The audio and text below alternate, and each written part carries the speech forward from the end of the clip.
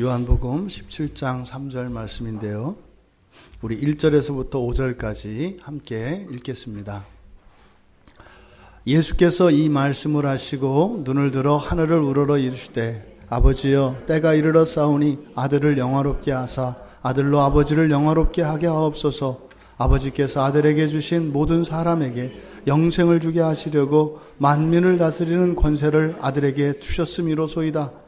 영생은 곧 유일하신 참 하나님과 그가 보내신 자 예수 그리스도를 아는 것이니이다. 아버지께서 내게 하라고 주신 일을 내가 이루어 아버지를 이 세상에서 영화롭게 하였사오니 아버지여 창세전에 내가 아버지와 함께 가졌던 영화로서 지금도 아버지와 함께 나를 영화롭게 하옵소서. 아멘. 잠시 기도하겠습니다. 진리의 영이신 성령님, 이 시간 이 자리에 참여한 모든 거룩한 백성들의 마음을 활짝 열어 하나님의 말씀이 들려지게 하시고 깨달아지게 하시며 또한 믿음으로 심겨지게 하셔서 풍성한 생명의 열매들이 맺히게 하옵소서. 예수님의 이름으로 기도드리옵나이다. 아멘. 우리가 영생이라고 하는 신비한 지식에 대해서 나누고 있습니다. 예수님께서 가르쳐 주신 이 영생은 창조가 완성되고 난 뒤에 살아갈 완전한 삶에 대한 계시입니다. 창조가 완성되고 난 뒤에 살아갈 완전한 삶, 그것에 대한 계시가 영생입니다. 그러니까 이 영생이라는 것은 사실은 그 하나님의 그 영광이 충만한 세상, 그리고 그 하나님의 영광이 무엇인지 도저히 알 수 없는 우리들에게 가르쳐 주신 신비의 비밀입니다. 그래서 영생은 사실 모든 그리스도인들의 최종적인 목표입니다. 그것은 경건한 신자 또 거룩한 성도들의 삶이기도 합니다. 그러니까 이것을 우리들이 일상적인 용어로 이것을 풀어서 말한다면 내가 원하는 모든 것이 지체되거나 방해되거나 이렇게 지연되지 않고 다 이루어지는 삶입니다. 내가 원하는 것이 원하는 대로 즉시 아무 방해 없이 이루어지는 삶이라고 우리가 이야기할 수 있습니다. 물론 이 영생을 누리는 사람이 그렇게 모든 것을 이룰 수 있다고 해서 그것을 악하거나 또 다른 사람들에게 고통을 주는 일을 행하지는 않습니다. 그 이야기는 이루어지는 모든 것, 바라는 모든 것이 모두의 선이 된다는 뜻입니다. 그러니까 나만을 위하는 것 같은데 그것이 모두를 위하는 것. 그러니까 이것은 사실은 상상할 수 없는 일이죠. 그러니까 이 영생이라고 하는 것은 그렇게 추상적이고 막연한 것이 아니라 우리가 살아갈 미래의 실상이며 바로 이것을 위해서 이 세상에 교회가 있는 것이고 지금 이것을 위해서 우리가 이 주일을 따로 구별해서 시간을 따로 구별해서 이렇게 이 자리에 나와 있는 것이다. 우리가 여기에 있는 가장 근본적인 목적은 바로 그 영생을 향하여 나아가는 그 여정에서 우리가 뒤로 물러서지 않고 벗어나지 않기 위해서 있는 것이다. 이렇게 말씀을 드리는 겁니다. 그러니까요, 영생에서는 모든 것을 원해도 되는 거예요. 지금은 여러분들이 뭘 원하려면 눈치 보잖아요. 이걸 원해도 되나 안 되나, 내가 할 수 있나 없나 이런 거죠. 저런 걸 따지잖아요. 근데 영생은 그게 없다니까요. 그냥 모든 것을 다 원해도 되는 삶, 이게 영생이라고요. 하나님의 뜻과 또한 일치합니다. 그래서 내가 모든 것을 하고 내가 모든 것을 기뻐하는데 다른 사람들도 기뻐하고 하나님도 기뻐하는 거예요. 이게 지금 이게 하나 되는 삶, 일치하는 삶, 이것을 말하는 겁니다. 여러분, 영생은 그래서 무한한 믿음을 가지고요, 영원한 소망으로 완전한 사랑을 하며 살아가는 삶이라고 할 수 있습니다. 그래서 이 영생의 일이 시작된 것은 바로 하나님이 사람이 되셔서 이 땅에 오시고 또 이 땅에 흩어져 있는 모든 죄의 열매들과 흔적과 그 씨앗들을 다 모아서 예수님이 그것을 품에 안으시고 그것을 들고 십자가에 오르셔서 예수님과 함께 그 모든 죄들이 함께 죽으신 겁니다. 모든 죄가 예수님의 무한하신 생명과 함께 죽은 것입니다. 그래서 이 세상에는 더 이상 악과 어둠과 이런 죄들이 사라지게 된 것입니다. 근데 그것으로 끝났다면 우리에게는 영생이 주어지지 않습니다. 단지 그럴 터전만 마련된 것이죠. 그런데 예수 그리스도께서 부활하셨습니다. 부활하셨습니다. 부활하신 것은 여러분을 위한 것입니다. 여러분의 부활을 위하여 길을 내어주신 것입니다. 암벽 등반을 할 때 맨 먼저 올라가는 사람이 있습니다. 거기에 그 암벽에 이렇게 징들을 박으며 생명줄을 걸며 올라갑니다. 그 사람은 떨어지면 죽습니다. 하지만 뒤따라가는 사람들은 그 사람이 내놓은 그 길을 따라 그 밧줄에 의지하여 가기 때문에 떨어져도 매달려 있는 것이죠. 바로 예수 그리스도께서는 잊지 않은 그 길, 그 길을 부활로 우리를 위하여 열어주신 것입니다. 그래서 예수님이 십자가에 죽으시고 부활하신 사건은 새로운 인류가 창조되는 사건입니다. 그래서 인류가 재창조되어 새로운 인류가 되고 이 세상이 새로운 세상으로 바뀌는 그 시작이 바로 부활인 것입니다. 새로운 사람의 시작, 새로운 세상의 시작, 이것이 예수 그리스도의 부활이에요. 여러분, 보통 이제 오늘을 부활절이라고 하고 많은 교회들에서 이제 달걀을 나눠주고 예수님이 부활하셨습니다 이렇게 얘기합니다. 이게 무슨 의미라고요? 새로운 사람이, 새로운 인류가 시작이 되고 새로운 세상이 시작되었다는 것을 알리는 것이 부활하셨습니다 라고 하는 말의 의미다 이 말이에요. 그냥 과거에 어떤 사람이 죽었다 살아난 적이 있다 이걸 말하는 게 아니라, 여러분, 이 세상에는 말입니다, 두 종류의 사람이 있습니다. 살다가 죽고 없어지는, 그리고 심판 아래 놓이는 사람이 있고 말이죠. 이제는 그 심판에서 벗어나 새롭게 창조되며 영생을 누리는 사람이 있습니다. 요 얘기인 거예요. 또 이 세상은 두 종류의 세상이 있습니다. 아침이 있고 저녁이 있는 것처럼 눈에 보이는 이 모든 것들이 사라지는 이 세상이 있고, 지금은 눈에 보이지 않지만 영원하고 완전한 그 세상이 있습니다. 이것을 이야기하는 게 부활이에요.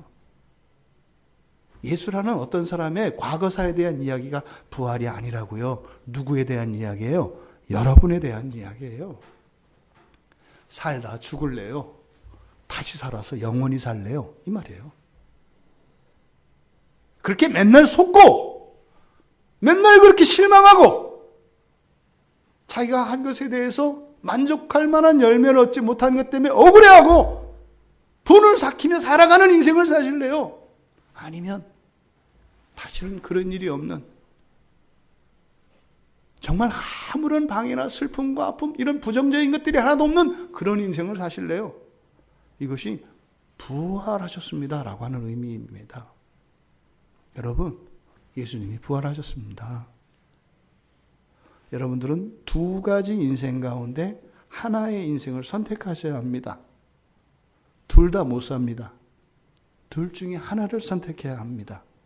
이것이 부활하셨다라고 하는 말씀이에요. 바로 예수님의 부활은 영생의 시작이다 이렇게 말씀을 드렸습니다. 그런데 예수님이 영생은 3절에서 그렇게 말씀하신 거예요. 영생은 말이다, 유일하신 참 하나님과 그가 보내신 자 예수 그리스도를 아는 것이다 라고 가르쳐 주신 것이에요. 지난주에 우리가 바로 유일하신 참 하나님을 아는 것이 무엇인지를 나누었습니다. 오늘 이제 그 두 번째로 하나님이 보내신 분, 그 보내신 자, 바로 그리스도 예수를 안다는 것이 무엇인지 그것을 우리가 함께 살펴보려고 합니다. 그런데요, 한 가지 이것을 살펴보기 전에 질문을 한 가지 하게 됩니다. 과연 영생이 정말 예수님이 말씀하신 대로 유일하신 참 하나님을 알고 예수를 알면 영생이 되나? 그럼 이거 뭐 공부하면 되는 거 아니에요? 네? 공부하면 되는 거 아니에요? 그래서 이걸 공부하고 성경을 보고 이렇게 하면 정말 되나? 여러분, 우리가 공부해서 이 내용만 알면 영생이 우리에게 주어질까요? 안 주어지면 또 안 되잖아요. 예수님이 거짓말한 거 아니에요? 또 이게 공부해서 된다 그러면 이게 또 공부를 해야 되니까 또 어렵잖아요. 여러분, 그럼 바꿔서 물어볼게요. 이게 저 같은 설교자들이 지금 이 요한복음 17장 3절을 설교한 사람이 뭐 저 하나겠어요? 말씀드렸잖아요. 이건 특별히 중요한 본문이기 때문에 옛날부터 많은 설교자들이 공들여서 설교한 본문이라고요. 그런데 정상적으로 설교를 하면 똑같은 설교가 하나도 없어요. 똑같은 설교가 하나도 없어요. 다 조금씩 달라요. 그럼 여러분, 설교자가 좀 부족하고 또 좀 모자란 그런 사람이라면 영생을 못 가지겠네요. 정신이 번쩍 드시죠? 야, 이게 저 목사가 제대로 된 사람인지 안 된 사람인지 알아야 되겠구나. 그러셔야 돼요. 왜요? 영생이 하나님을 아는 지식과 관련되어 있기 때문에 여러분, 제가 공부를 하나 하는지 안 하는지 여러분 생사가 걸린 얘기라니까요. 그러니까 가끔 전화해서 공부 열심히 하세요. 이렇게 해야 되는 거예요. 누구를 위해서? 여러분들을 위해서. 여러분들을 위해서. 또 가끔 제가 거짓말 하는지 안 하는지 여러분들이 성경을 봐야 되는 거예요. 큰일 난다니까요. 그러니까 여러분들이 안 물어보면 제가 공부 안 해요. 안 해도 되는가 보다. 가끔 거짓말 했는데 몰라. 그럼 몇 번 또 하게 되는 거예요. 사람이라는 게. 저도 죄인이라.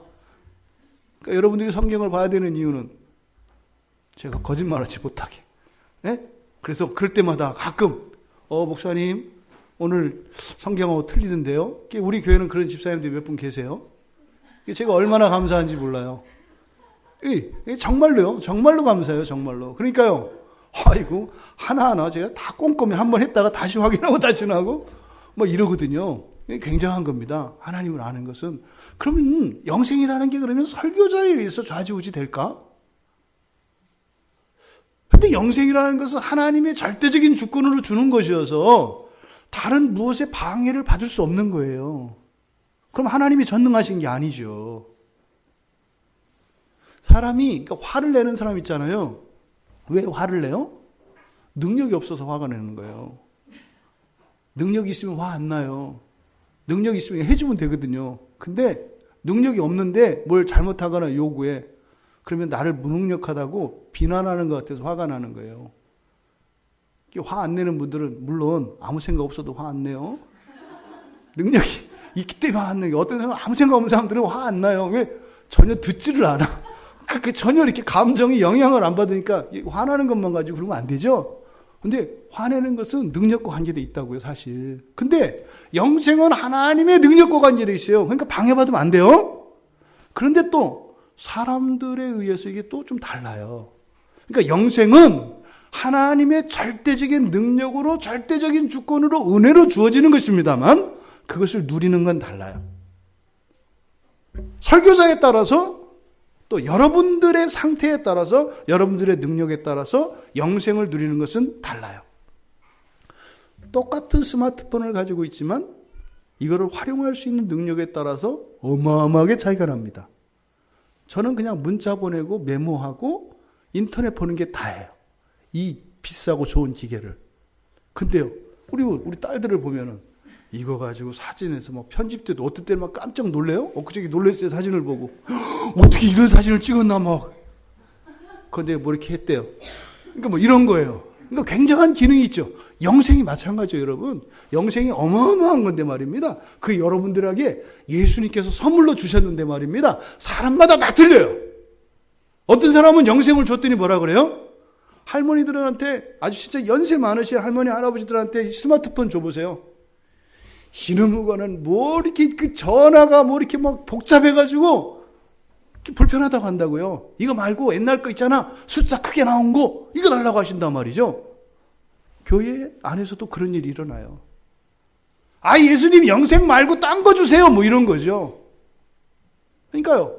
우리들이 어떤 사람이냐에 따라서 영생이라고 하는 그것이 절대적인 것이고 불변하는 것이지만 참 다르게 나타날 수 있다. 참 다르게 나타날 수 있다.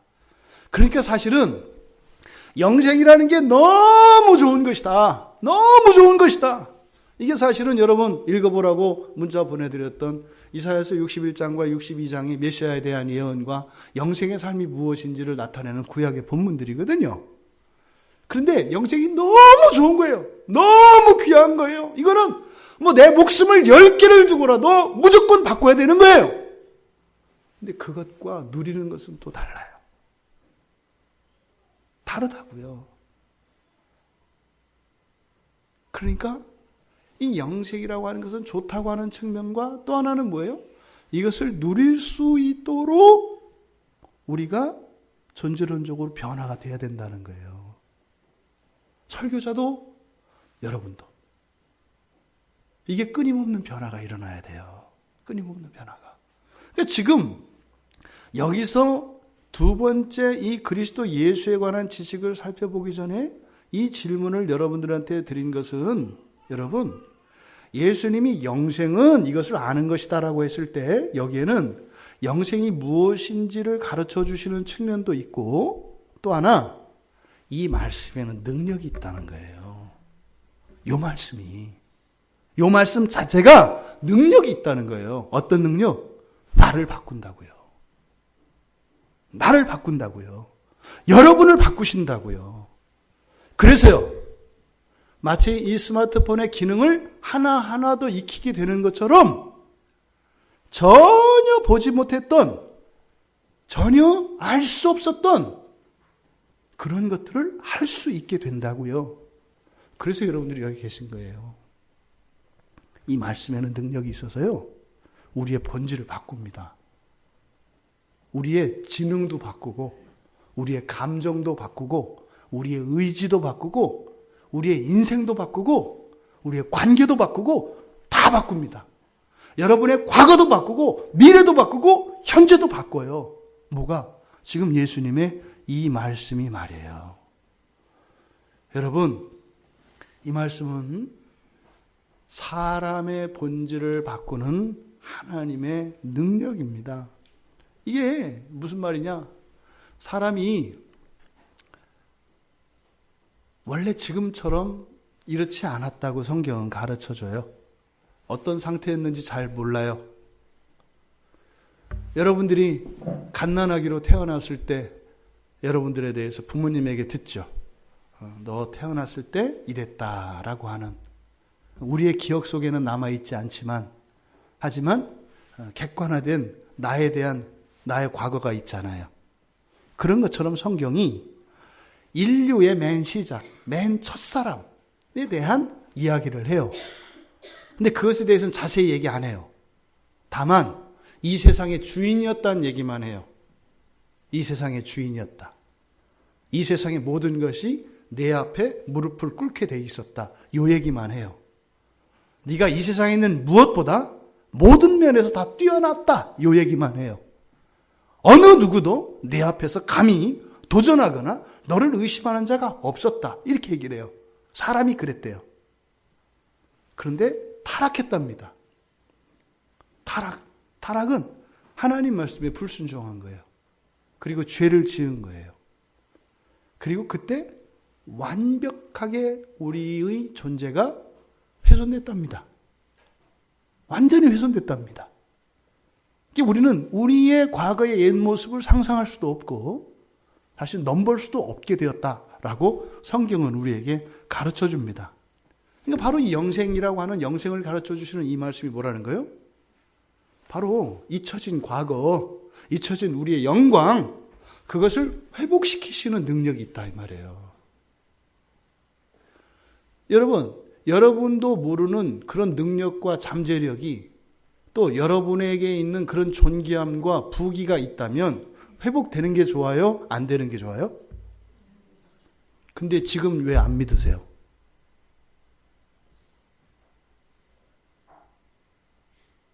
근데 왜 안 믿냐고요? 안 믿으시잖아요. 왜 안 믿냐니까요? 그딴 게 어딨어. 안 믿는 거잖아요. 바보 멍청이 아니에요?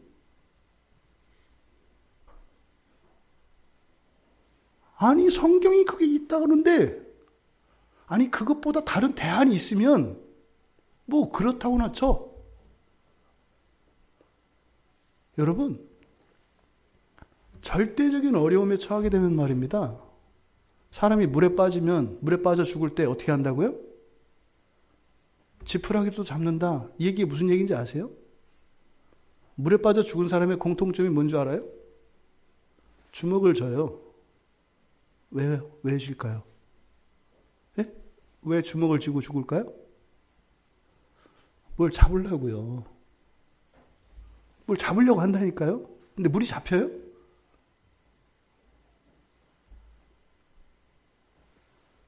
죽어가는 사람도 살려고 이렇게 잡는데 살아있는 사람은 그거보다 더 해야 되는 거 아니에요? 근데 우리들의 삶을 보자니까요. 변화가 필요한데 변화를 원하지 않아요. 만족하지 못하면서 기껏해 나보다 조금 못한 사람과 비교하면서 아유 뭐 저런 사람도 있는데 이러고 살아요. 내지는 마음먹기에 달렸어. 맨날 그 쓰레기통이나 뒤지고 여러분들 취직해가지고 죄송하지만 먹고 살려고 출근하고 일하고 그 쓰레기통 뒤지는 거나 그거나 뭐가 달라요? 물론 쓰레기통 뒤지는 거는 누가 먹다가 남은 거 버린 거고 여러분들이 돈 벌어서 이렇게 하는 거는 먹다가 남은 걸 포장해서 줄 뿐이에요. 아니 회사 주인이 먹고 남은 거 주는 거 아니에요? 뭐가 달라요? 여러분 우리 인생은 변해야 합니다. 지금 예수님께서 영생을 가르쳐 주시는 이 목적은 뭐예요? 구원이 필요하다는 거예요. 여러분 만족하지 마세요. 탐욕스러우라는 게 아니에요. 만족하지 마세요. 그리고요 포기하지 마세요. 지금 이대로 여러분이 영원히 산다고 생각하지 마시라니까요. 바꿀 수 있다니까요. 전혀 다른 인생을 살 수가 있다니까요. 새로운 목표를 가지시라니까요. 그러면 하나님이 도와주신다고 한다니까요. 아니 그거 하시려고 하늘에서 이 땅에 내려오셨다니까요. 그리고 가르쳐 주시잖아요. 설교는요 여러분에 대한 이야기예요. 여러분의 인생에 대한 이야기예요. 여러분의 과거에 대한 이야기예요. 근데 왜 안 믿어요? 정신 나간 거예요, 여러분. 정신 나간 거라니까요. 내가 정신 나갔구나. 그거를 뭐라고 하냐면 죄인이라고 하는 거예요. 그걸 죄인이라고 한다니까요. 합리적이지가 않아요. 자기가 원하는 것과 하는 행동과 삶이 다르다니까요. 행복하기를 원한대. 그런데 아주 불행해지기를 작정을 했어. 이게 말이 돼요?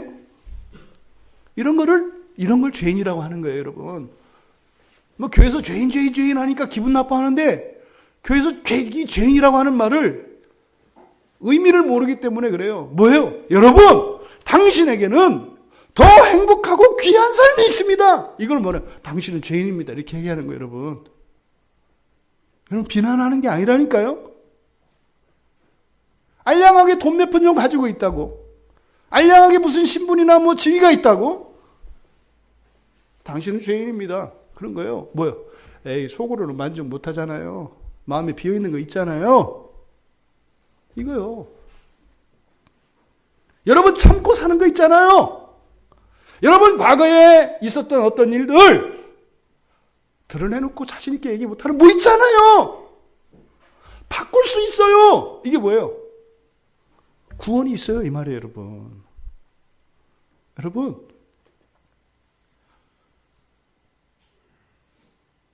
지금 영생에 대해서 예수님이 가르쳐 주시는 이 말의 전제에는 모든 사람은 항상 구원이 필요하다는 전제를 가지고 있습니다. 이 말은요, 앞으로 영생은 어떻게 된다는 거예요? 영생 하나님 나라가 완성이 돼도 말입니다. 내일보단 오늘이 못해요. 내일보단 오늘이 못하다니까요.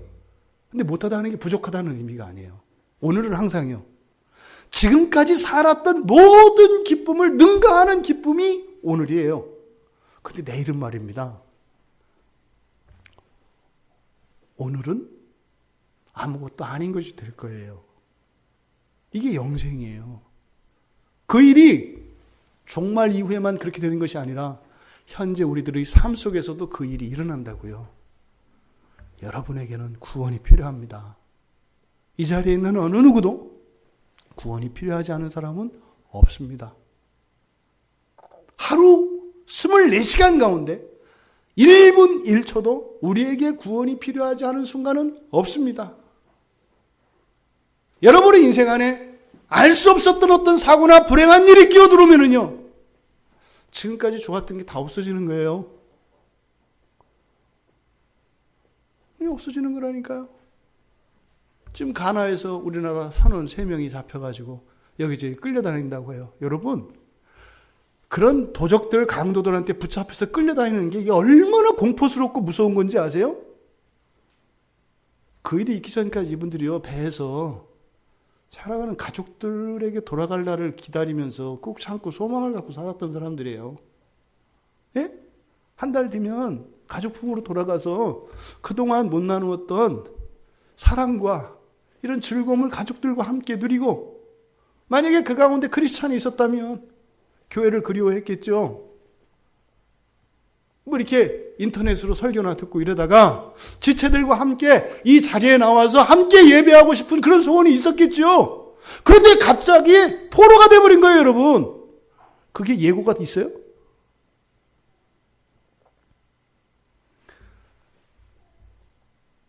걱정하고 염려하라는 이야기가 아니에요, 여러분. 뭐라는 거예요? 항상 우리는 구원이 필요한 것을 잊지 말라는 거예요. 지금까지 우리 그러지 않았잖아요. 그런데도 별일 없이 살았잖아요. 근데 뭐 한 거예요? 싫다고 떼쓰는데 엄마가 쫓아다니고 와서 밥을 먹여주는 것처럼 하나님이 우리를 그렇게 대해주신 거예요, 우리 인생을. 나는 전혀 하나님 도움도 필요 없다고 생각을 했는데 지금 건강하게 그냥 살고 있어. 하나님의 은혜라고 얘기하는 거예요, 여러분. 여러분이 건강관리하고 여러분이 잘나고 여러분이 성실해서 천만에요. 꿈 깨세요. 여러분이 뭐 좀 이렇게 열심히 하고 이렇게 하면 뭐 미래가 달라져요? 꿈 깨시라니까요. 우리 학생들이 꿈이 뭐예요? 뭐 중고등학교 때 뭐 최고의 대학교 가는 거 아니에요? 졸업해보면 알아요. 별거 아니라는 거. 최고 회사에 들어가고 싶어. 들어갔어. 들어가봐. 일 죽으라고 해야 돼. 집 식구들은 월급 많이 받으니까 좋아해. 근데 거기 들어가서 일하는 사람은 죽어나요. 그러다가 쫓겨날까봐 이제 벌벌 떨다가, 예? 그래, 나이 먹어서 이제 구박받으면서 한번 살아봐. 여러분, 하나님이 주시는 것 말고는 다 가짜입니다. 다 가짜예요. 속는 겁니다. 속는 거. 낚시꾼이 바다에 던져서 드리워진 미끼에 불과해요. 이 세상에 있는 것들은. 그거 먹으면요, 잡혀서 물통에 들어가는 거라니까요. 하나님이 주시는 것은 그런 게 아니에요. 지금 여기서 주는 말씀의 가장 중요한 것은 우리들에게 사실은 이 영생이 무엇인지를 아는 일 중요합니다만, 사실은 이 시대를 살아가는 많은 그리스도인들에게 더 필요한 것은 당신에게 구원이 필요하다는 사실을 인식하는 거예요. 그런데 대개는 이런 일을 인생에서 불행을 겪고 나서 알아요. 잃고 나서 안다고요. 그리고 나서 어떻게 해요? 아, 그때가 하나님의 은혜가 많았었던 때였구나. 이걸 알게 되죠. 그러지 말라는 거예요. 지금 우리가 예수님의 말씀을 알아볼 때 우리가 정말 이 영생에 대한 이 말씀을 통해서 메말랐던 우리들의 감성이 정말 봄을 피워내는 생명력처럼 우리의 감정을 그렇게 살려내고, 또 정말 완전히 잠들어 있는, 깊은 잠들어 있는 잠에 빠진 지성, 이런 지성이 막 깨어나서 총명해지고, 또 우리 무기력해서 이런 무기력한 의지, 마치 뭐예요? 풀 한 폭이 나 있지 않는 대지와 같은 게으름과, 그리고 정말 무감각과 무료함으로 그렇게 사는 우리의 인생, 이게 무기력한 의지거든요. 이런 것들이 어떻게 해요? 지금 밖에 막 땅속에서 파릇파릇 돋아나는 새싹과 꽃들이 피어나는 것처럼, 이게 우리의 의지가 살아나면 이런 일이 일어나는 거예요. 우리의 삶이. 이 말씀이 이렇게 우리의 감성과 지성과 의지를 새롭게 합니다. 그러면요, 내 인생 안에 이런 일이 있었는지 꿈에도 생각한 적 없어요. 그러니까 지금 하나님, 예수님께서 여러분들에게 주시려고 하는 이 영생이 무엇인지 모르기 때문에 우리가 이러지만, 성경은 이야기하는 거예요. 필요하다. 그리고 그것을 누리면 만족한다. 만족한다는 정도가 아니라 그때부터는 예수한테 폭 빠져서 미치게 된다. 이렇게 얘기를 하는 거예요. 이때 미친다는 것은 너무 좋다는 과장적인 표현입니다. 그래서 오늘 정말 이 두 번째 그리스도 예수에 대한 지식에 대해서 우리가 나눌 때, 우리의 본성과 인생을 변화시키시는 총체적이고 실제적인 그 은혜가 우리 모두에게 부어져서 그런 참된 영생을 감각하고 누리는 우리 모두 될 수 있기를 바랍니다. 그가 보내신 분 예수 그리스도를 아는 것, 예수님에 관한 지식을 세 수로 나눴어요. 첫째, 그가 보내셨다는 것, 그 다음에 예수라는 것, 그리고 그리스도라는 것. 이 세 가지로 우리가 나누어서 생각할 수 있습니다. 근데 사실은 이것은 성경 배경, 성경적인 이 배경 지식이 있어야 이게 무슨 말인지 알아듣는 거예요. 이게 그냥 그가 보내셨다, 예수, 그리스도, 그런가 보다. 근데 이게 무슨 말인지 모르시잖아요. 그러니까 여기서 첫 번째로 그가 보내신 분이다 라고 하는 이것은 앞서 말씀드렸던 것처럼 우리는 기억에 없는데, 모르겠는데, 하나님과 우리 사이는 무한한 계곡으로 이렇게 떨어져 있대요. 성경이. 이 죄의 결과는 어떻게 해요? 저 우주 너머에 하나님이 계시고 지구에 이렇게 있대요, 우리가. 그래서 다다를 수가 없대요. 그래서 과학자들이 지금 열심히 이렇게 막 우주선 쏘는 이유가 뭐예요? 거기서 다리 놓는 거예요. 다리 놓는 거. 하나님한테 가려고. 예? 이렇게. 근데 왜 바보라 그래요? 아니, 성경에 다리가 있는데 뭘까? 성경에서 어떻게 블랙홀로 가라 그래, 블랙홀로. 예? 성경을 펴면 뿅 하고 통한다 이 말이에요. 근데 그걸 갖다 다리를 놓으려고 그래. 과학자들이 나중에 하고 나서 마지막 말이 뭐겠어요? 우리는 어리석었다. 이렇게 죽는 거예요. 성경에 다 있다니까요. 근데 그 무한한 격차, 무한한 다리, 거기를 뛰어넘을 수 없다는 거예요. 그래서 성경에 보면 우리가 다다를 수 없으니까 거기서 하나님이 보내세요. 보내신다고. 하나님에 대한 이야기와 하나님의 계획과 하나님이 우리가 하나님께 어떻게 다다를 수 있는지를 계속 보내줘요. 이게 성경이거든요. 계속 보내줘요, 이렇게. 이게 보내신 분, 보내신 자라는 뜻이 바로 이런 말입니다. 그래서 항상 하나님은 그렇다고 해서 떨어져 있으니까 우리가 못 보니까 하나님도 우리를 못 보냐? 아니요. 하나님은 우리 마음속까지 다 봐요. 그러니까 답답한 거죠. 우리는 하나님을 모르지만 하나님은 우리를 다 아신다 이 말이에요. 더군다나 과거와 현재와 미래까지. 근데 그런 우리를 이제 구원하시기 위해서 하나님이 계속 보내세요. 누군가를 보내세요. 그래서 그 보내시는 대표적인 대표적인 존재가 천사예요. 천사. 구약 성경에 보면 사자라고 우리말에 번역되어 있어요. 그래서 이 사자들은 바로 하나님이 보내신 천사들을 사자라고 이야기를 해요. 사자. 그리고 사람들 가운데에서도 하나님이 택하셔서 이렇게 보내시는 사람들이 있어요. 이런 사람들을 구약에서는 선지자라고 해요. 선지자. 그리고 신약 성경에서는 바로 예수님의 제자들을 사도라고 하거든요. 그 사도라는 말이 보내심을 받은 자라는 뜻이에요. 그러니까 천사인 사자, 그리고 구약에 나오는 선지자, 그리고 신약의 사도, 다 같은 뜻이에요. 다 뭐 한 거예요? 보내신다. 다 보내심 받은 존재들, 보내심 받은 사람이라는 뜻이에요. 그러니까 예수님도 바로 그렇게 보내신 자들 가운데 한 분이다라고 하는 것을 이야기하는 거예요. 그러니까 이 보내신 자라고 하는 말씀은 그러니까 마치 신분을 나타내는 것 같은 거예요. 춘향이가 그 변사또의 수청을 거절해서 춘향이가 겪었던 게 뭐였어요? 남원 그 관청에 갇혀가지고 있었단 말이에요. 그때 이도령이 오잖아요. 이도령이 딱 왔을 때 어떻게 해요? 암행어사 출두야 하잖아요. 암행어사 출두야. 근데 암행어사인지 아닌지 어떻게 알아요? 이렇게 마패를 보여준단 말이에요. 마패를 이렇게 딱 보여주면 이게 진짜로 상감마마가 보낸 사람이구나. 이걸 알잖아요.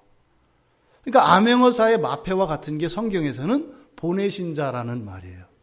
하나님이 보내신 자다. 이건 뭐예요? 바로 상감마마의 권세와 그 권능을 발휘할 수 있는 사람, 상감마마를 대신할 수 있는 사람, 이런 뜻이거든요.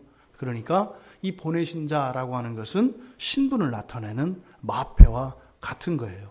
근데 이 보내신 자라는 말이 이 신약 성경에서 가장 많이 사용된 것이 여기 요한복음 17장이에요. 요한복음 17장. 그리고 단일 사건으로 보면 마태복음 21장과 마가복음 12장에 보면 그 악한 농부에 대한 비유가 있거든요. 주인이 보낸 종들을 막 죽이고 아들까지 죽이는 말도 안 되는 그런 사건에 대한 이야기가 나와요. 그걸 이제 악한 농부의 비유라고 하는데, 거기에 바로 그 사건에, 그리고 여기 요한복음 17장에 보내신 자라고 하는 이 말이 가장 많이 쓰여요. 그럼 성경에 맨 처음 보내신 자가 누굴까? 하나님이 맨 처음 보내신 자가 누굴까? 창세기 3장 23절에 나와요. 그러니까 사람이 죄를 지었을 때, 죄를 짓고 나서 에덴 동산에서 하나님이 아담을 내보내세요. 에덴 동산에서. 그러니까 맨 처음에 하나님이 보내신다라고 하는 말은 좋은 말이 아니에요. 그잖아요. 거기서 이렇게 쫓겨난 거기 때문에. 근데 쫓겨난 우리들에게 하나님이 그 다음부터 누군가를 보내실 때는 좋은 거예요. 왜요? 우리를 데려가려고 하신 거니까. 그래서 맨 처음 보내신 자는 아담이에요. 이 말씀을 드리는 것은 그때부터 하나님 아버지는 마음 편할 일이 없다고 얘기를 하는 거예요. 지금 지난주에도 우리가 살펴봤습니다만 여기에 보면 영화롭게 하십시오, 영화롭게 하십시오 이 말이잖아요. 이게 뭐예요? 이제 마음 놓으세요 이런 뜻이에요. 마음 놓으세요. 마음 아파하지 마세요. 그렇게 내보내셨던 아담이 이제 와요. 하나님 그때 아담을 내보내실 때 마음 아프셨죠. 제가 이 땅에 와서 그들을 영화롭게 했어요. 영화롭게 했다는 것은 이제 다시 하나님 품으로 돌아오겠다는 거예요. 그래서 함께 지낼 수 있게 되었다는 거예요. 그러니까 맨 처음 보낼 때 그 보낸 사건은 가슴 아픈 사건이에요. 근데 우리 죄 가운데 살던 우리에게 하나님이 누군가를 보내셨다 할 때는 뭐예요? 좋은 사건이라고요. 좋은 사건.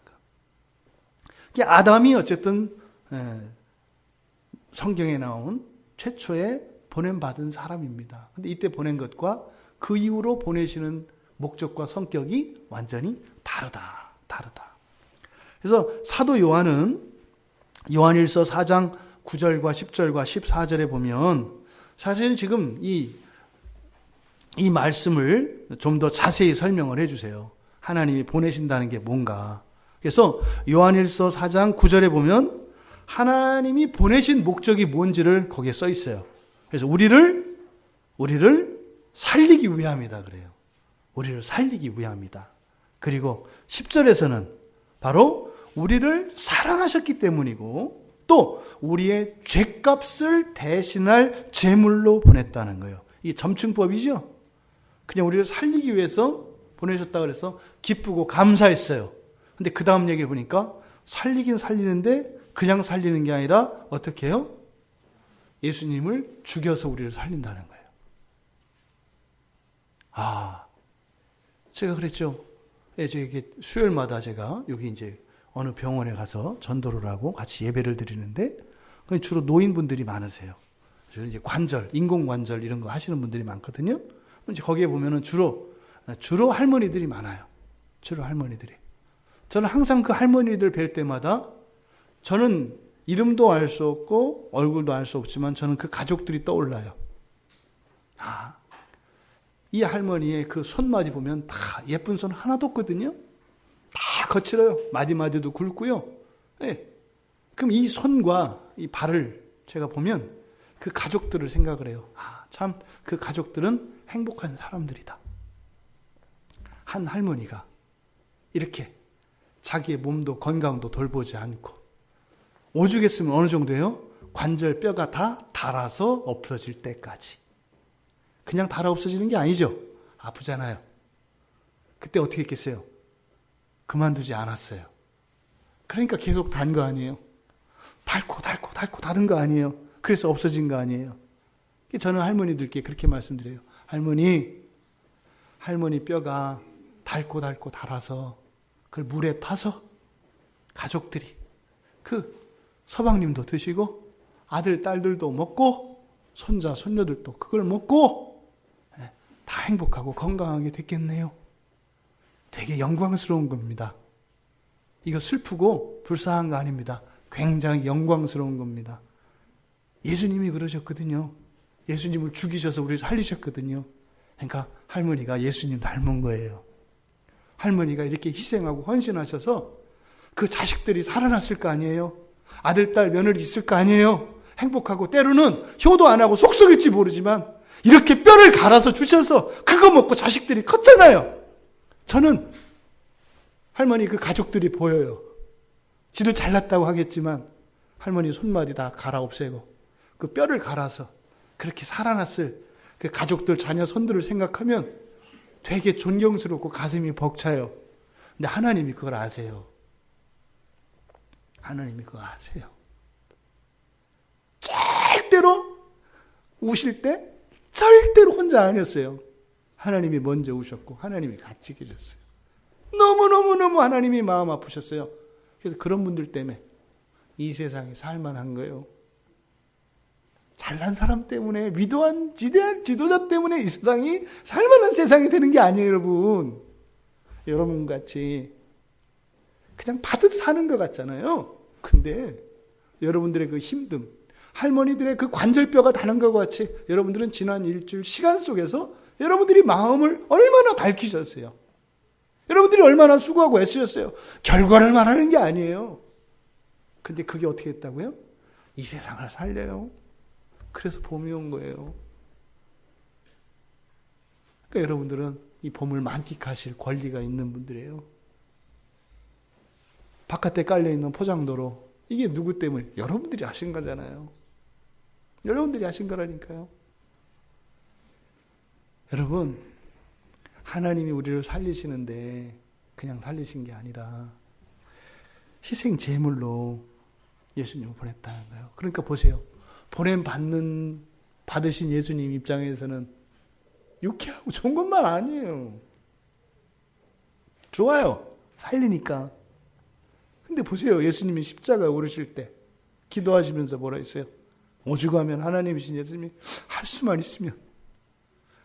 있으면 이 잔을 내게서 옮겨주십시오라고 해요. 그건 하기 싫다는 얘기가 아니에요. 그 자리가 뭔지 얘기하는 거죠. 제물이 돼서 죽는다는 게 이게 얼마나 이것은 상상할 수도 없는 것인지 할머니들에게, 그 병원에 있는 할머니들에게 다시 한번 물어본다면 뭐라고 할까요? 할머니, 지금처럼 이 인생을 똑같이 사시겠어요? 나 못 살아, 그렇게. 그런 거예요. 다시 하고 싶지 않은 거예요. 그리고 지나보면 어떻게 내가 그 삶을 살았나? 이런 생각이 드는 거예요. 십자가가 그런 겁니다. 그게 이 잔을 내게서 할 수만 있다면 옮겨주십시오라고 하는 거예요. 그것을 알고 보내심을 받았단 말이에요. 예수님이. 그거를 사도 요한이 요한일서 4장 10절에서 말해요.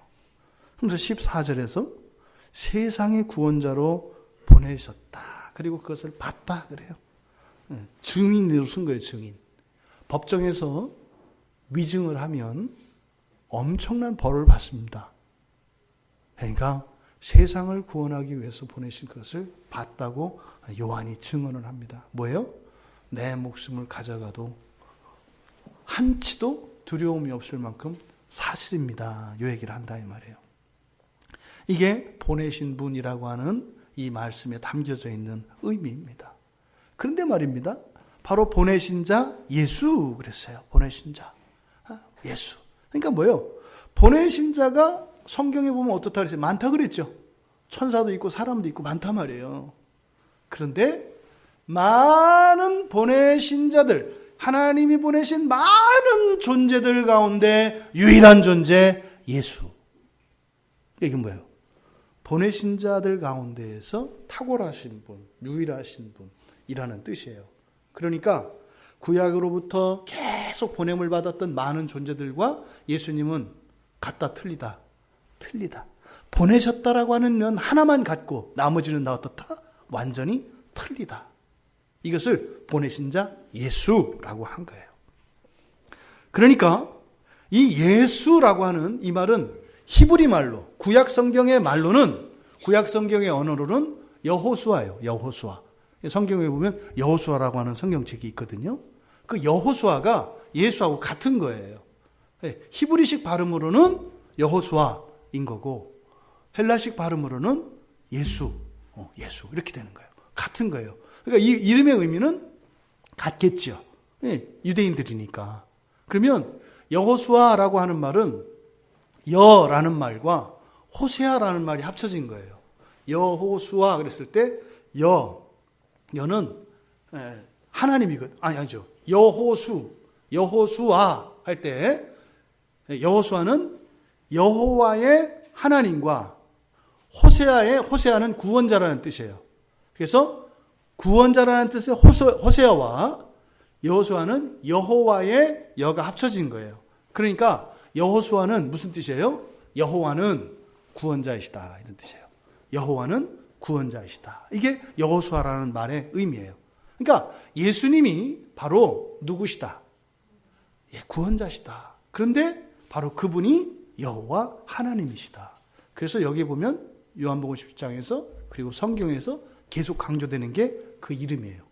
아버지의 이름, 아버지의 이름. 아버지의 이름을 내게 주셨사오니 내가 아버지의 이름으로, 아버지의 이름의 능력으로, 아버지의 이름. 이게 뭐예요?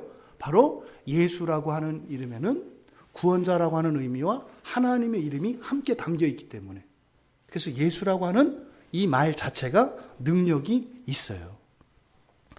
요한일서 5장 13절에 보면 이 땅에 오신 하나님의 아들의 이름을 믿는 이들에게 영생이 있다 이렇게 해요.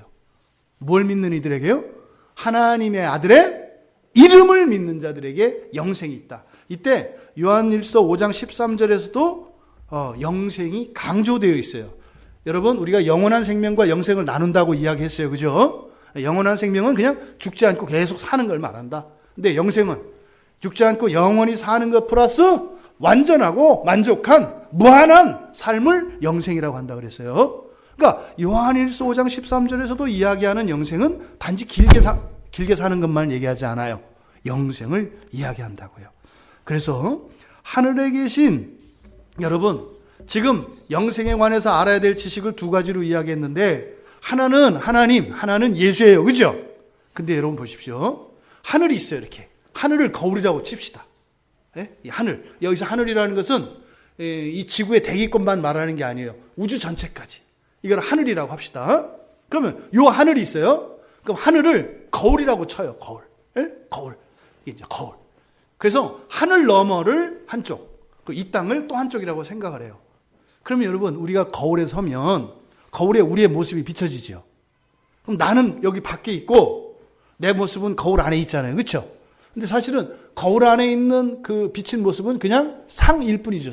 나의 나의 그림일 뿐이잖아요. 실체는 아니잖아요. 나는 여기 있잖아요. 근데 하나님과 예수는 하늘을 마치 거울로 비유한다면 이 하늘이라고 하는 거울 한편에 계신 분은 하나님이시고 이 땅에 계신 분은 누구라는 거예요? 예수라는 거예요. 근데 거울은 그 속은 아무것도 아니고 실체가 아니라 형상이고 여긴 나지만 하나님과 예수는 어떻다는 거예요? 같은 분이라는 뜻이에요. 같은 분. 하늘에서는 하나님, 이 땅에서는 누구로 우리에게 인식되는 거예요? 예수. 근데 그분이 어떻게 해요? 같은 분이에요. 거울 앞에 섰을 때 그 안에 있는 모습과 내가 같은 것처럼 말이에요. 차이점은 거울은 나는 실체고 저기는 그냥 형상이지만 예수님과 하나님은 하늘이라고 하는 거울 앞에 서면은 동일한 분이시다 이 말이에요. 그래서 권능과 영광이 동일하다 이렇게 이야기를 한다고요. 그러니까 바로 예수는 이 땅에 오신 하나님을 우리가 지칭하는 말이에요. 그래서 하늘에서 앞에서 이야기한 유일하신 참 하나님을 안다는 것은 그러니까 이 땅에 있는 우리들에게는 무슨 말이겠어요? 예수를 안다는 거죠. 예수를 안다는 게 그래서 유일하신 참 하나님을 아는 거예요. 근데 이 땅에서 아는 것과 영원한 나라에서 아는 것은 달라.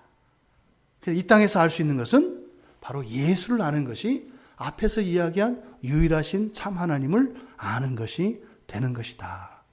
그래서 요한복음 14장 9절에서 예수님이 나를 본 자는 하나님을 봤다 그런 거예요. 왜? 내가 하나님이니까. 이때 하나님이라고 하는 것은 내가 신이다 이런 게 아니에요. 하늘 너머에 계신 완전하신 하나님을 말하는 거예요. 완전하신 하나님. 근데 그 완전하신 하나님을 우리는 사실은 볼 수 있어요? 없어요? 못 봐요. 근데요. 예수님을 봄으로써 하나님을 본다라고 하는 것을 얘기해 주셨죠. 그러니까 이런 말이 사람들에게는 믿어지지가 않고 이게 무슨 말인지 못 알아듣는 거예요. 뭐 말은 쉽잖아요. 나를 본 자는 아버지를 보았다. 뭐 어렵겠어요. 뭐 우리 아버지하고 나는 너무 닮아서 나를 보면 우리 아버지 본 거하고 똑같아. 제 친구 중에도 그런 애들이 있어요. 아들을 낳는데 이렇게 보면은 저 아들내미 이제 그 녀석 어렸을 때 우리가 우스갯소리로 그랬어요. 야, 너 이 사진 잘 갖고 있다. 아버지 사진 잘 갖고 있어라. 이 다음에 너 나이 먹을 때마다 아버지 사진 그때 나이 먹은 대로 가지고 있다가 그때 그냥 쓰면 되겠다. 사진 찍지 말고 아버지 20살 때 사진 너 20살 되걸랑 그거 쓰고 아버지 40살 때 너 그 찍은 사진 가졌다고 너 이 다음에 40살 되거든 이거 쓰고 너 50대면 너 요새 니네 아버지 사진 갖고 있냐? 너 이 다음에 너 50대면 저 사진 필요하잖아. 사진 잘 찍어놔. 이럴 정도로 닮은 있어요. 그럴 때 이제 단순히 닮은 건 말하잖아요. 근데 여기서는 닮은 정도가 아니에요. 뭐예요? 하나님이라고요. 하나님. 예수가 하나님 그분이시라는 거예요. 이게 바로 예수라는 뜻이에요. 사람들이 하나님을 안다고 했지만 예수님을 부인하고 거부했을 때 그는 하나님을 부인하고 거부하는 것이 됩니다. 하나님을 믿는데요. 하나님을 안대요. 근데 예수를 부인해요. 그러면은요. 하나님 부인하는 거라니까요. 예수의 이름을 욕되게 하면 하나님을 욕되게 하는 거예요. 이단들 가운데 대표적인 그 이단이 있습니다. 여호와의 증인이라고 하는. 생각할 때마다 기분 나빠요. 너무 좋은 말을 못된 놈들이 써서 우리들로 하여금 좋은 말을 쓰는데 주저하게 만들어. 여호와의 증인이 굉장히 좋은 말이거든요. 하나님을 봤다는 뜻이잖아요. 여러분들이 예수의 증인, 여호와의 증인 같은 뜻이거든요. 그러니까 이 이단 놈들이 그 좋은 말들을 미리 딱 써. 왜? 우리를 아니까. 우리가 다른 거는 이제 저 하나님 닮으려고 안 하면서 겉으로 드러난 거에서는 닮은 척 하려고 또 이단들이 쓰면 그 말 쓰기를 두려워해. 여호와의 증인들은 예수를 안 믿거든요. 부활도 안 믿고. 그 사람들은 확실히 지옥 가요. 확실히 지옥 가요. 제가 그건 장담할 수 있어요. 만약에 계속 거기 있으면 확실히 지옥 가요. 왜요? 예수를 부인하면 지옥 가게 돼 있어요. 본인들 스스로가 확정하는 거예요. 그러니까 바로 예수는 보내신 자 가운데 탁월하신 분인 정도가 아니라 사실 누구였다는 거예요? 하나님 당신이. 이 얘기는 뭘까요? 구약의 선지자를 계속 보낼 때 그것은 한 가지 중요한 메시지가 있었다는 거예요. 주인인 내가 너희들에게 갈 것이다 라고 하는 메시지예요. 주인인 내가 너희들에게 갈 것이다. 선지자들과 천사들이 주는 메시지와 내용 중요합니다만 사실은 그 모든 것들을 합쳐서 가장 중요한 메시지는 뭐였어요? 하나님이 오신다는 거예요. 왜요? 내쫓고 나서 하룻밤도 마음 편히 잘 날이 없었고 내가 너를 데리러 갈 날을 손꼽아 기다리고 있다는 거예요. 이게 선지자들을 보내셨을 때 공통적으로 들어가 있는 하나님의 마음이에요. 그러니까 하나님은 단 하루도 이 세상을 빨리 오고 싶지 않으신 적이 없어요. 그렇게 오셨던 거예요. 그랬는데 이 세상에 오신 예수님은 어떻게 했어요? 십자가에 못 박아 죽여버렸어요. 구원하러 오셨는데 구원됐다는 거예요. 우리들이 알아서 살겠다는 거예요. 여러분이잖아요. 여러분이잖아요. 하나님 말씀이 회개하라고 할 때 여러분들 그러잖아요. 됐다고 그러잖아요. 내 인생에 대해서 살아보라고 그러잖아요.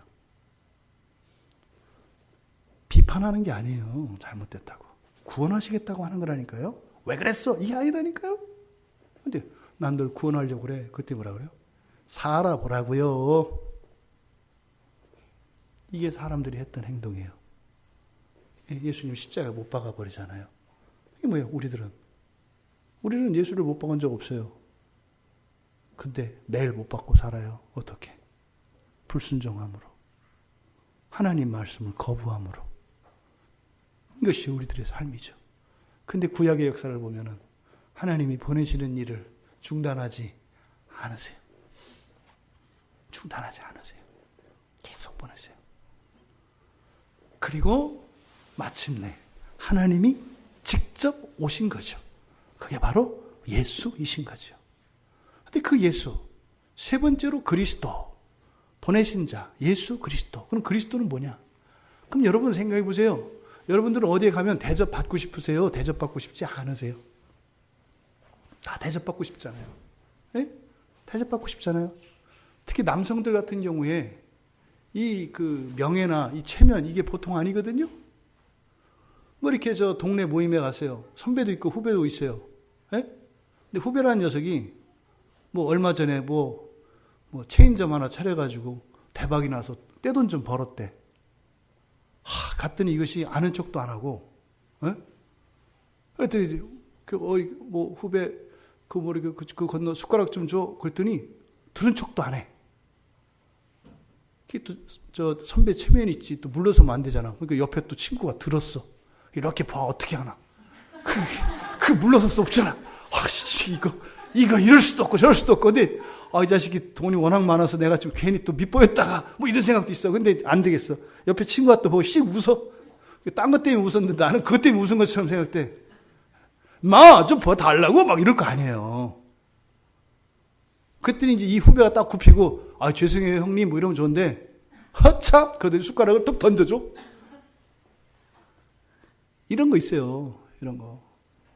근데 어떻게 보면 딱 갔는데 그런 후배가 딱 일어나서 다른 그 친구들한테는 인사도 안 하다가 내가 딱 갔는데 딱 일어나서 형님 오셨어요 이러면 폼 나잖아요.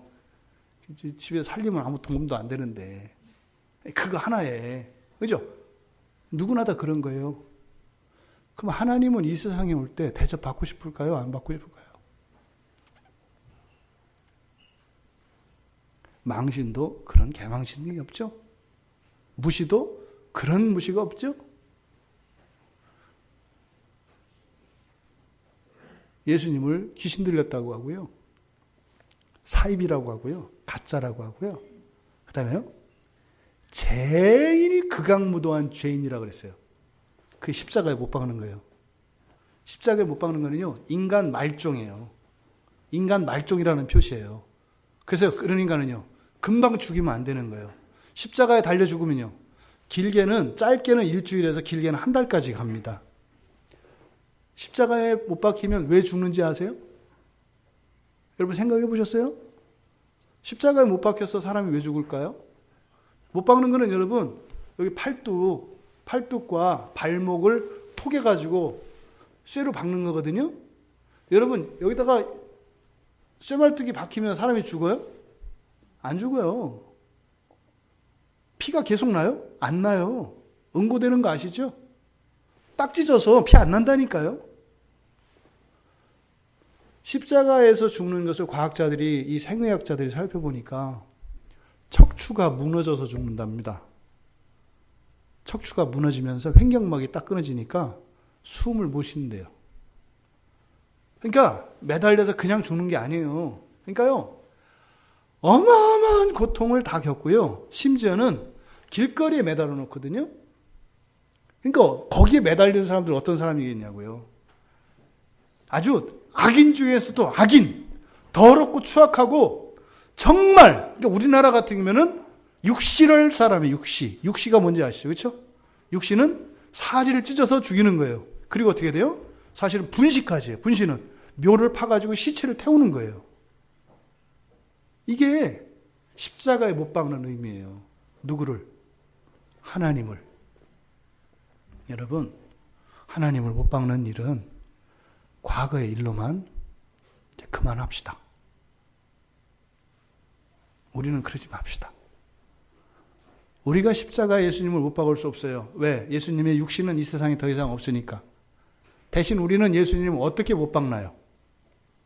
하나님을 두려워하지 않는 거예요. 하나님을 두려워하지 않는 거예요. 이것이 하나님을 십자가에 못 박는 겁니다. 겁 없이 살아가는 거예요. 어떻게 우리가 하나님 눈치 안 보고 살아가요? 어떻게 자신 있게 하나님이 없다고 해요? 여러분들 가운데서 하나님 없다, 예수님이 하나님 아니다, 자신 있는 분은 이따 끝나고 나서 저하고 얘기하셔서 성경시험을 합격하셔야 그 말을 할 수 있는 거예요. 그는 성경을 다 알고 나서 하는 말이에요. 예수는 하나님이 아니다, 하나님 없다, 이 얘기는 성경을 알고 나서 얘기를 해야 그런 말을 할 수 있는 거라니까요. 왜요? 성경에서는 분명히 그래요. 하나님의 이름을 모독하는 자, 신성을 모독하는 자, 무시무시한 벌이 여기에 기록되어 있어요. 무신론자라고요? 이게 무슨 말인지 아는 거예요? 아니길 바래요. 아니기를. 그걸 알고 나서 그런 얘기를 하란 말이에요. 어떻게 겁도 없이 하나님이 아니라, 유일하신 하나님이 아니라 그 귀신들 섬기는 무당들도 그 귀신 하나도 벌벌 떠는데 어떻게 하나님을 안 무서워해요? 그게 십자가 못 박는 거예요, 여러분. 여러분 인생 안에 하나님이 전혀 개입을 안 하신다고요? 날마다 십자가에 못 박으시는 거예요. 병정들은 몸을 못 박았지만 여러분들은 하나님의 신성과 말씀을 못 박는 거라고요. 겁 없이 살지 마세요. 차라리 나지 말았더라면, 하나님 두려운 것을 모른다면 차라리 나지 않았더라면. 여러분, 바로 우리가 예수님을 그리스도라고 하는데, 이 그리스도라고 하는 것은 그 예수가 이 세상에서 어떠한 삶을 살았는가, 그리고 어떤 삶을 살기 위해서 오셨는가를 이야기합니다. 메시아라는 말은 좋은 말이에요. 그렇죠? 메시아는 기름 부음 받은 자라는 뜻이에요. 기름 부음 받은 자. 기름 부음 받는다는 것은 특별한 상징이에요. 마치 왕에게 대관식을 하는 거. 이게 이제 기름 부음을 받는다는 거예요. 또 제사장들이 있습니다. 제사장들이 있는데 제사장들 가운데 대제사장. 지성소로 들어갈 수 있는. 성전에는 사람들은 못 들어가고 제사장만 들어갈 수 있는 공간이 있고, 또 그 안에서도 대제사장만 들어갈 수 있는 공간이 있어요. 그러니까 그 지성소에 들어갈 수 있는 사람을 대제사장이라고 해요. 바로 그 대제사장을 의미하는 게 기름 부음 받은 자라는 뜻이에요. 또 선지자들을 의미해요. 그래서 사람인데 하나님이 보냈다. 그럼 이 사람이 거기서 왔다는 뜻이 아니죠. 여기 사람인데 하나님이 보냈대요. 그럼 뭐예요? 이것을 성령의 기름 부음이라고 그래요. 그래서 기름 부었다 할 때는 왕, 대제사장, 선지자를 나타냅니다. 그러니까 하나님이 보내신 분 예수가 그리스도로 이 땅에 사실 거래요. 바로 구약성경 61장에 이 메시아에 대한 예언이 있어요. 메시아, 이 땅에 오실 그 메시아에 대해서, 이 그리스도에 대한. 그리고 62장, 어저께 읽어보시라고 했던 62장에는 그 그리스도가 가져다 주는 영생이 무엇인지를 62장에 이렇게 예언되어 있습니다. 그래서 그리스도를 안다는 것은 구약 성경에 있는 메시아와 그리고 메시아가 하실 그 일들, 그것을 아는 것을 그리스도를 안다 이렇게 말하는 거예요. 그러니까 구약 성경을 모르면 그리스도를 아는 게 아니에요. 나 그리스도 알아. 그리스도는 기름 부음 받은 자라는 뜻이래. 그리스도는 그 이스라엘 말, 히브리 말로 메시아래. 이걸 안다는 게 아니에요. 뭐요? 구약 성경에 있는 메시아에 대한 예언. 이거 뭐 이사야서 61장, 62장만 알면 되나요? 아니에요. 구약 전체가 사실은 그리스도에 대한 이야기거든요. 이 구약을 다 알아야 안다는 거예요. 그러세요. 기독교는 공부하는 종교라니까요. 성경을 공부하지 않으면 알 수가 없어요, 여러분. 그것은 무슨 말이에요? 아까 스마트폰 얘기했던 것처럼 매뉴얼을 봐야 사용 설명서 아는 거예요. 어떻게 성경을 보지 않으면 여러분이 영생을 못 누린다니까요. 근데 그게 뭐 하면 좋고 안 해도 되는 이런 게 아니다. 이런 게 아니다. 그래서 그리스도를 안다는 것은 바로 구약에 있는 그런 예언과 그 메시아에 대한 예언과 메시아의 성취에 대한 내용을 아는 것이다. 그래서 예수님이 이 이야기를 사실은 고향에 가서 먼저 하셨어요. 이 얘기를. 메시아다라고 하는 것을. 그래서 누가복음 4장에 가면 누가복음 4장 21절에 이 글이 오늘 너희 귀에 응했다 이렇게 얘기하시는데 그게 이제 4장 18절에서부터 보면 이렇게 써요. 누가복음 4장 18절부터 19절까지 18절 19절 보면 주의 성령이 내게 임하셨으니 기름 부은 거라 했죠. 주의 성령이 내게 임하셨으니 가난한 자에게 복음을 전하게 하시려고 그런 것이다. 그러면서 내게 기름을 부으시고 나를 보내사. 그래요. 나에게 기름 부으시고 나를 보내사. 포로된 자에게 자유를, 눈먼 자에게 다시 보게 함을 전파하고 눌린 자를 자유롭게 하고 주의 은혜의 해를 전파하게 하려 하심이다. 이거 한마디로 요약하면 영생을 말하는 거예요. 바로 영생을 주시기 위하여 오신 메시아다라고 하는 것을 고향에 가서 먼저 전한다고요. 우리도 예수를 믿고 구원을 받으면 누구에게 전해요? 우리 가족과 친구들에게 전한다고요. 근데 그게 들려요? 안 들려요? 안 들려요. 잘 안 들리는 거예요. 왜요? 어렸을 때 내가 한 짓을 알고 있거든. 너나 잘하세요. 이렇게 하네. 그래서 이게 잘 안 들리는 거예요. 그래서. 예수님이 고향에 가서 고향의 회당에서 바로 예수님이 그리스도이신 것을 이야기합니다. 근데 받아들이지 않죠. 그리고 사도 요한이 이 성경을 기록한 목적, 바로 그것이 요한복음 20장 31절에 보면 이 요한복음을 기록한 목적을 써놔요. 자기가. 거기 그렇게 돼 있어요. 너희로 예수께서 하나님의 아들 그리스도이심을 믿게 하려 하며 또 너희로 믿고 그 이름을 힘입어 생명을 얻게 하려 합니다. 두 가지예요. 바로 예수가 그리스도시라는 사실. 그리고 그것만 알고 믿는 게 아니라 그 유익, 그 영생을 얻게 하기 위해. 왜? 요한이 그걸 누려봤으니까. 이거는 절대 포기하면 안 되는 거니까. 이건 나 혼자만 가져서는 안 되는 거니까. 같이 나누어야 되겠으니까. 그래서 이 요한복음을 쓰고 나서 끝에다가 자기가 삽입시킨 거 이렇게. 내가 요한복음을 쓴 목적이 이거다. 그러니까요. 야, 다른 건 모르겠지만 니들 이 두 가지는 꼭 이 요한복음을 이 두 가지는 너희들 꼭 믿고 꼭 알아야 돼. 이게 바로 뭐예요? 예수가 그리스도이신 것과 그가 주시는 영생을 누리라는 것이에요. 그 은혜가 여러분 모두에게 있기를 바랍니다. 로마서 6장 22절에 가면 사도 바울이, 이제 바울 사도가 쓴 거잖아요. 사도 바울이 어떻게 해서 영생에 이르게 되는지를 말을 해요. 이제는 너희가 죄로부터 해방되고, 그러니까 그 전에 뭐 했다는 거예요? 죄 안에 붙잡혀 있었다는 거죠. 그러니까 죄에 붙잡혀 있었던, 노예되었던 자가 어떻게 해요?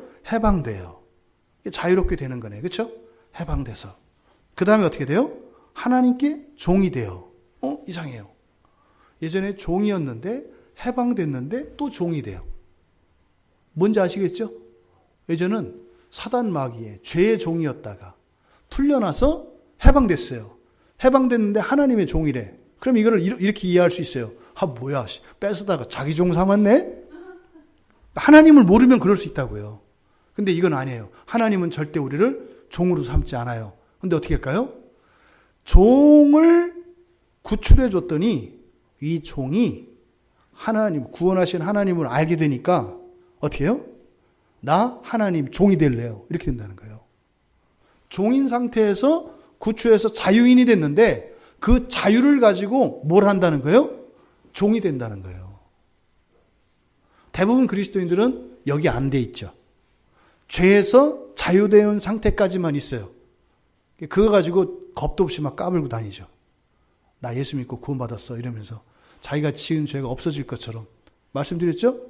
여러분, 죄 짓는 거 다 기름종에 발려 있어요. 다 벌 다 받아야 돼요. 하나도 빼지지 않고. 다 받아요, 다. 이번 한 번만? 그래요. 한 번 하시고 한 번 벌 받으세요. 근데 요한계시록을 보면은 한 번 죄를 졌을 때 받아야 될 벌은 무지무지합니다.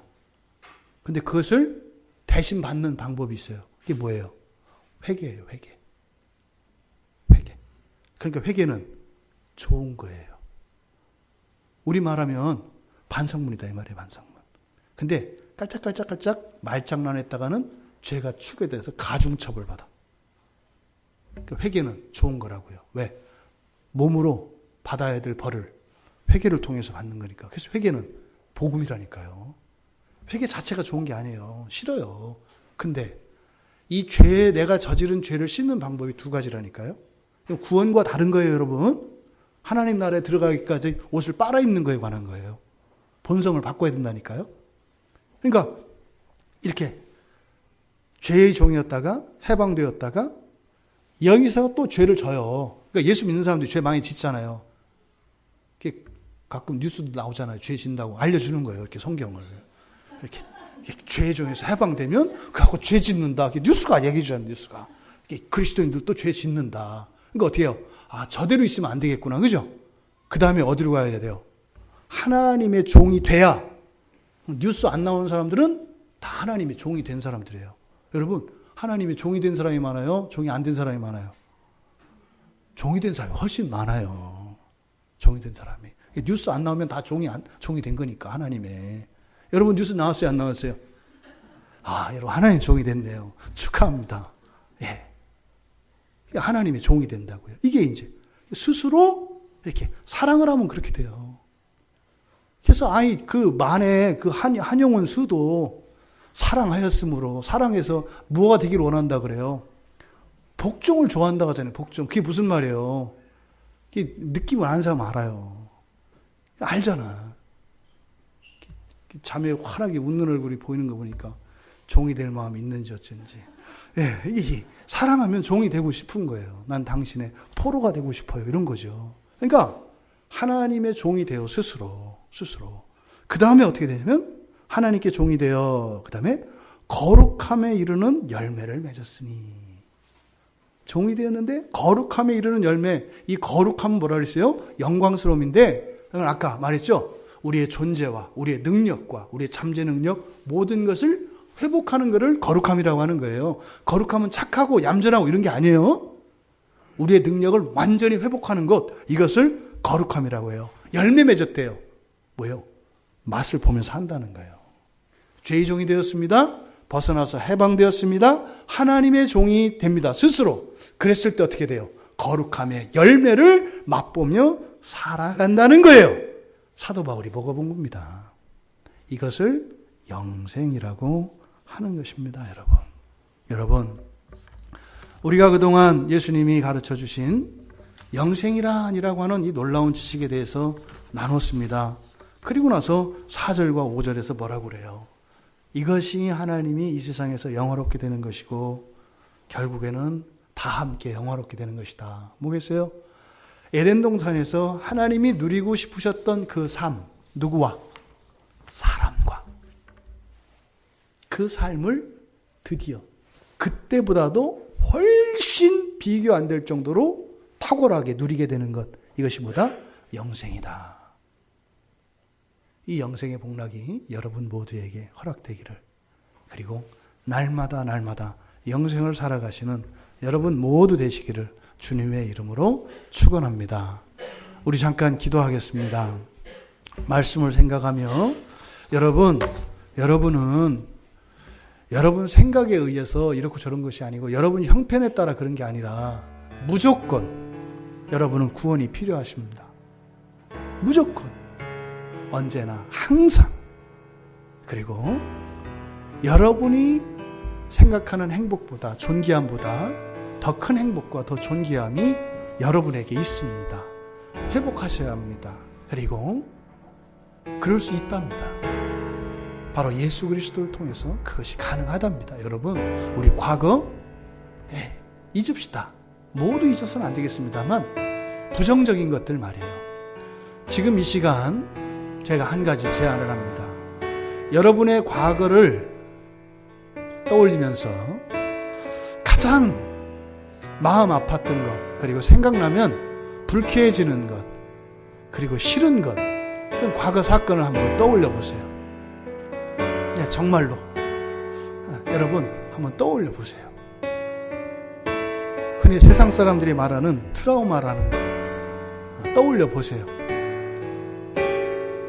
다시 그런 순간이 왔더라면 그러고 싶지 않을, 그걸 떠올려 보세요.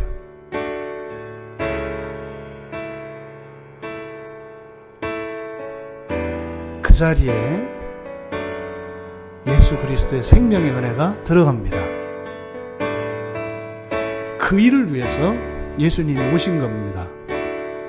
여러분이 그렇게 살지 않고 다르게 살고 싶었던 그 자리에 예수님의 십자가 보혈이 발려지는 겁니다. 그래서 여러분의 과거가 바뀝니다. 그거로 인한 후유증을 겪고 있는 것이 아니라 그때부터 여러분들은 예수님의 구원을 경험한 것이고, 그때부터 여러분에게 새로운 삶이 허락된 겁니다. 예수의 이름으로 여러분 마음속에 있었던 어둠과 아픔과 슬픔이 다 사라지기를 축복합니다. 이제 여러분 과거에 있는 상처 그런 거 없습니다. 왜? 예수의 영생이 거기에 임했기 때문입니다. 여러분의 미래는 과거의 연장이 아닙니다. 완전히 새로운 미래입니다. 이 시간 하나님, 영생을 누리기 원합니다. 나의 과거와 현재와 미래, 내 머리를 지끈거리게 했고 내 인생을 힘들게 했던 나의 모든 과거에 예수 그리스도의 보혈이 발려지기를 원합니다. 새롭게 되어지기를 원합니다. 믿음을 주시옵소서, 소망을 갖게 하여 주시옵소서, 영생을 알아가여 주시옵소서. 우리 같이 기도하겠습니다.